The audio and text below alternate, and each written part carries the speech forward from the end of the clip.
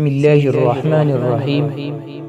شروع اللہ کے نام سے جو بڑا مہربان نہایت رحم کرنے والا ہے۔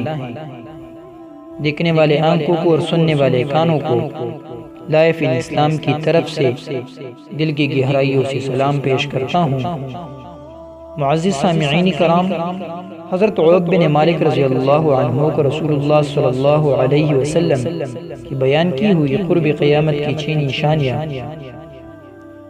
وعن عوف بن مالك الأشجعي الأنصاري رضي الله عنه قال أتيت النبي صلى الله عليه وآله وسلم وسلمت عليه فقال عوف فقلت نعم فقال ادخل قال قلت كل أو بعض قال بل كلك قال اعدد يا عوف 6 بين يدي الساعة أولهن موتي قال فاستبقيت حتى جعل رسول الله صلى الله عليه وآله وسلم يسكتني قال قلت 21 فتح بيت المقدس قلت 22 موتان يكون في أمتي يأخذهم مثل قصاص الغنم قال 3 والرابعة فتنة تكون في أمتي وأعظمها قال 4 والخامسة يفيز المال فيكم حتى أن الرجل ليعطى 100 دينار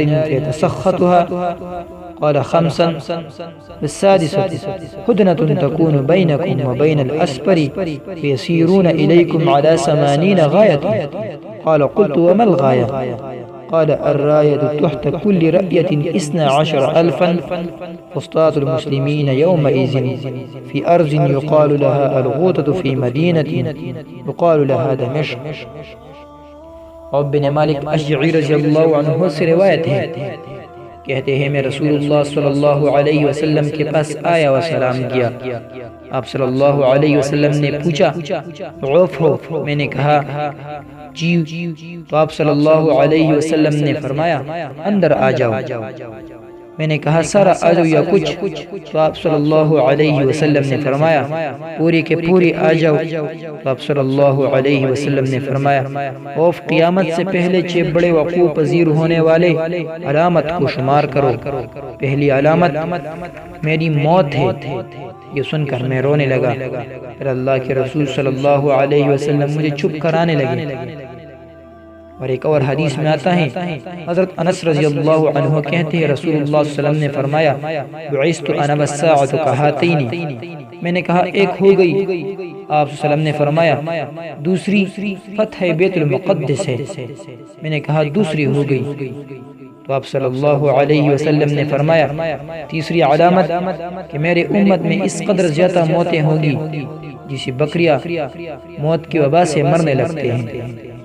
اور 4 علامت یہ ہیں کہ ایک بڑا فتنہ ہوگا، شاید اس سے مراد دجال ہو۔ تو حضرت عوف بن مالک رضی اللہ عنہ کہتے یہ تو چوتھی ہو گئی، 5ویں علامت۔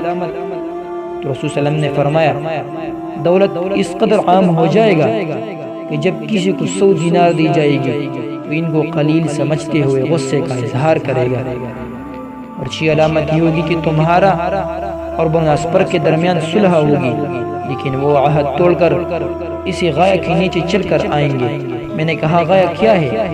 اس سے مراد جھنڈا ہے، اور جھنڈے کے نیچے 12,000 بندے ہوں گے، اور ان دونوں مسلمانوں کا مرکز دمشق میں غوطہ نامی کے مقام پر ہوگا۔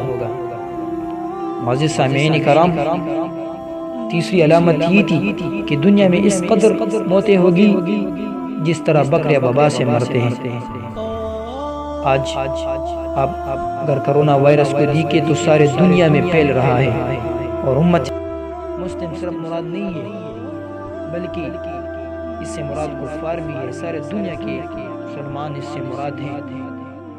تو میں اللہ تعالیٰ سے دعا گو ہوں کہ اللہ ہمیں اس عذاب سے بچائے، اور مسلمانوں سے گزارش ہے کہ ساری یہ دعا ضرور پڑھے کہ اللہم عافنی فی بدنی، اللہم عافنی فی سمعی، اللہم عافنی فی بصری، اللہم انی اعوذ بک من الکفر والفقر واعوذ بک من عذاب القبر لا الہ الا انت۔ اور یہ دعا بھی ضرور پڑھے بسم اللہ الذی لا یضر مع اسمہ شیء فی الارض ولا فی السماء وهو السمیع العلیم۔ آپ صاحبان سے عرض کی جاتی ہے کہ آپ کو ہماری ویڈیو پسند آئی ہے تو کمنٹ باکس میں ضرور بتائیے اور ہمارے چینل کو ضرور سبسکرائب کریں۔